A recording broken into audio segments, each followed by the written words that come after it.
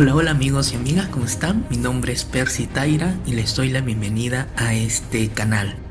El día de hoy, continuando con la lectura del libro La caída del Imperio Romano del escritor Adrian Goldsworthy, voy a leerles un extracto de el capítulo titulado Los hombres más humildes, los pobres y el resto, que en resumen trata sobre algunos aspectos de cómo vivían las personas más humildes dentro del Imperio Romano.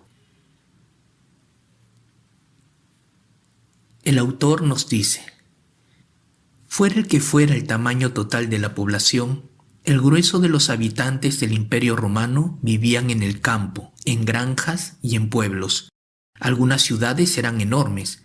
Se calcula que Roma tenía una población de cerca de 1 millón de personas.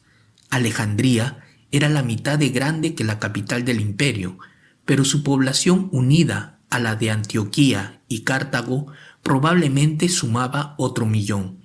Se cree que unas cuantas ciudades contaban con hasta 100.000 habitantes, aunque la mayoría eran mucho más pequeñas, con poblaciones que ascendían a decenas de miles o incluso a miles de habitantes. Las viviendas solían estar abarrotadas, sobre todo en Roma, y especialmente las de los más pobres. A menudo, la construcción de las insulae de varios pisos, una especie de bloques de apartamentos, era de mala calidad y solían derrumbarse, mientras que los incendios eran una amenaza constante. Aún sin esos riesgos, las condiciones de vida en esas viviendas eran incómodas, caras y el espacio insuficiente. Los más desfavorecidos no podían permitirse alquilar alojamientos de ese tipo y vivían en barrios de chabolas en terrenos yermos o entre los cementerios.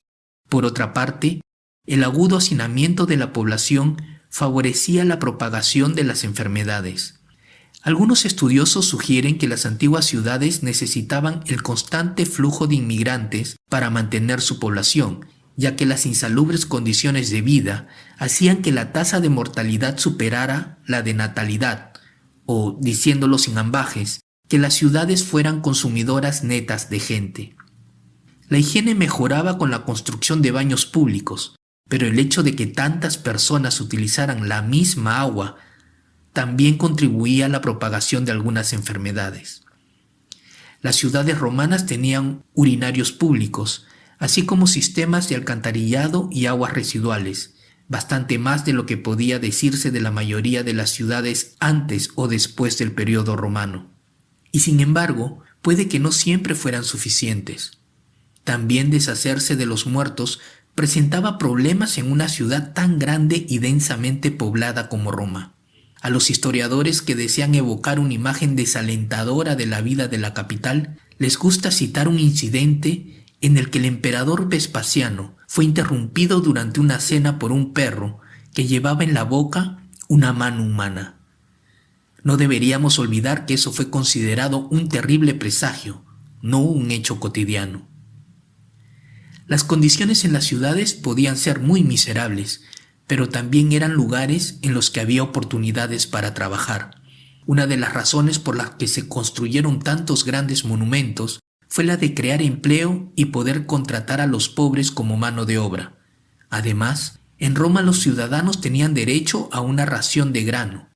En la ciudad se celebraban asimismo magníficos festivales y espectáculos.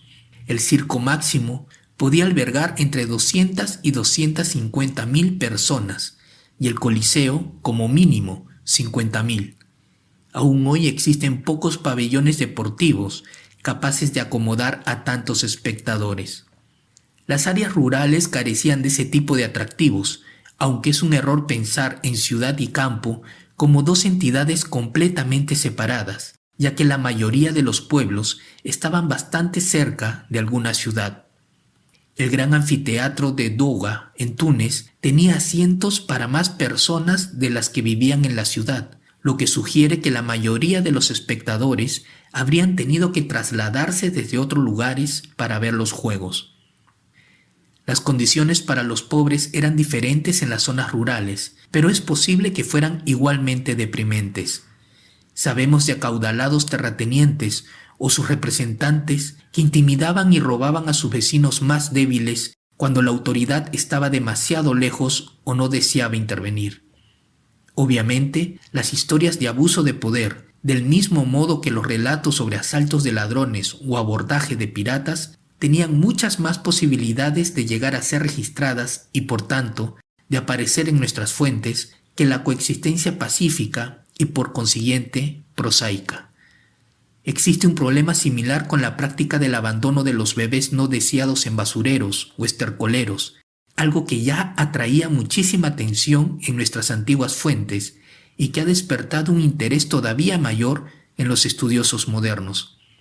A menudo, alguien se quedaba con esos niños para criarlos y venderlos como esclavos, y en Egipto a veces se le conocía por el desafortunado apelativo de copros o estiércol.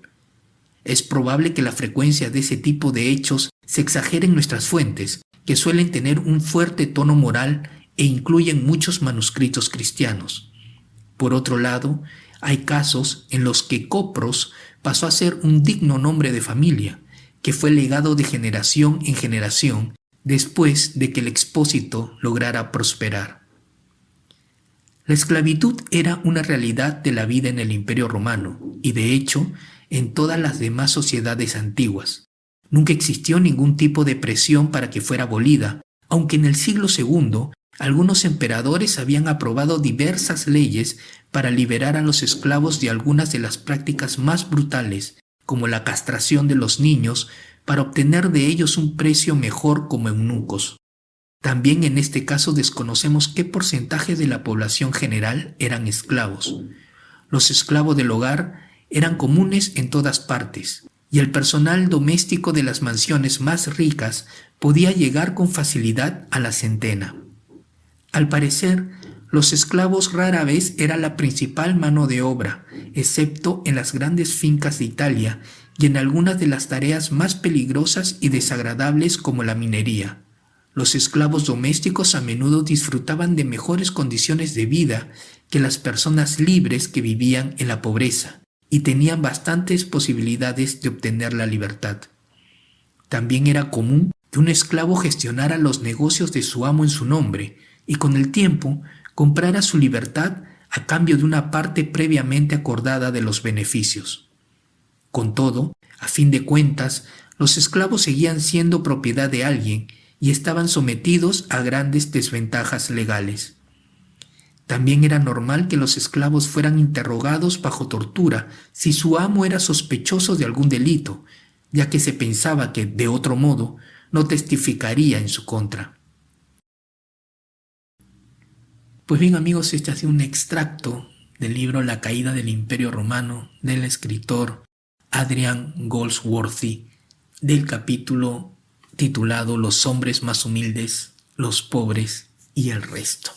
Espero que les haya gustado esta lectura. Mi nombre es Percy Taira y nos vemos en otro audiorelato.